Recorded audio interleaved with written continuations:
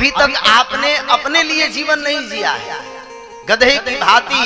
बुरा मत मानिएगा, अभी भागवत महापुराण के जब कल चर्चा करेंगे तो उसमें श्री सुखदेव जी महाराज परीक्षित को यही बातें बता रहे हैं। सुबिड बराहा उष्टखरहि संस्तुति पुरुष पशु। मानवीय जीवन हम उस जानवर के समान जीते हैं जिसको देख करके जानवर भी हंसते हैं। बोले कौन? बोले अभी तक हम केवल और केवल अपने लिए जीवन नहीं जीते हैं, वह तो केवल दूसरे का बोझ उतारते हैं। जैसे गधा श्वास तो अपने के लिए लेता है, भोजन तो अपने लिए करता है, शयन तो अपने लिए करता है, लेकिन भार केवल और केवल अपने मालिक के लिए ढोता है। चिंतन करना आप। मैं आज पढ़ रहा था, हम कहीं किसके पास जाएं? नाती के पास जाते हैं, पोता के पास जाते हैं तो वह सोचता है कि दादाजी की संपत्ति हमारी हो जाए, इसलिए वह सेवा करता है। बाकी और कोई उद्देश्य नहीं रहता है, संतुष्टि वहां पर भी नहीं रहती है।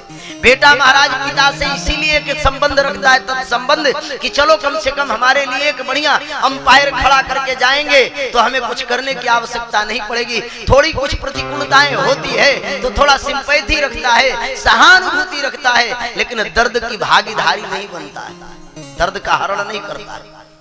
पिताजी के पैर में दर्द हो और बेटा से कहो अरे तुम्हारे लिए पिताजी तो जीवन भर कमाए, 50 वर्षों से तेरे लिए गधे की भांति केवल और केवल संग्रह परिग्रह किए, तेरे पास जब जन्म हुआ तो कुछ नहीं था, लेकिन अपने पुरुषार्थ के बल पर तेरे लिए रहने के लिए बंगला खड़ा कर दिया, गाड़ी खड़ा कर दिया, बैंक में 10-20 लाख रुपया रख दिया, तू अपने पिता के घुटने का दर्द का हरण कर ले। बोले महाराज ये संभव थोड़े है, फिर हम काहे के लिए मरे महाराज?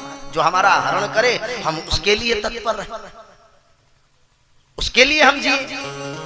तब वेदव्यास जी महाराज कहते हैं कि सच्चिदानंद रूपाय विश्वोत्पत्त्यादि हेतवे तापत्रय विनाशाय श्री कृष्णाय वयं नमः। अकेले नहीं, कुछ काम जीवन में अकेले करो, लेकिन जब धर्म के कर्म करो तो बंधु अकेले मत, उसमें सामूहिक रूप से जाओ।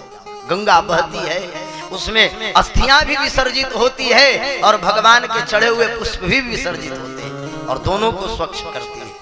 उसकी वह विशेषता है, स्वच्छ करना, निर्मलता को प्रदान करना, ये गंगा की विशिष्टता है, ये वैशिष्ट है। उसी प्रकार जैसे पारस मणि की विशेषता है कि लोहा भी संसर्ग में आने के बाद वह स्वर्ण में परिवर्तित हो जाता है, उसी प्रकार भगवान हम किसके शरण में जाए?